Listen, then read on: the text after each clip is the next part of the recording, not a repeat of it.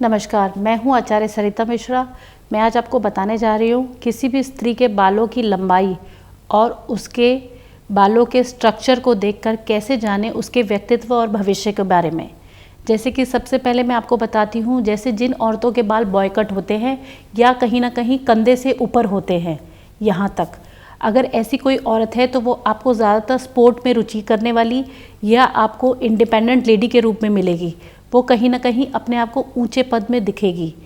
इसके अलावा जैसे जिन स्त्रियों के बाल अगर घुटने तक आते हैं तो वो औरतें कहीं ना कहीं आपको किसी न किसी बात पे निर्भर मिलेगी, किसी व्यक्ति पे निर्भर होंगी या किसी कंपनी में किसी न किसी बॉस के अंडर काम करती होंगी।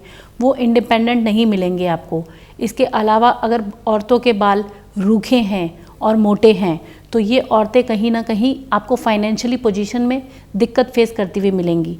अगर इन्हीं औरतों के बाल चमकते हुए हैं और पतले हैं तो ये औरतें आपको कहीं ना कहीं बहुत आर्थिक स्थिति में मजबूत और अच्छी दिखाई देंगी, कहीं ना कहीं बिग इंडस्ट्री में दिखाई देंगी।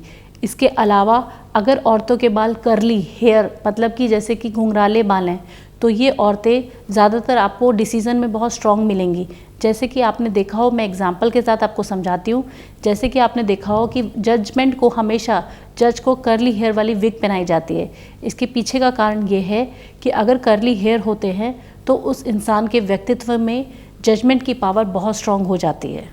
ये मैंने आपको बताया किसी भी स्त्री के बारे में, उसके बालों की लंबाई और स्ट्रक्चर को देख के आप उसके व्यक्तित्व और भविष्य के बारे में कैसे जान सकते हैं।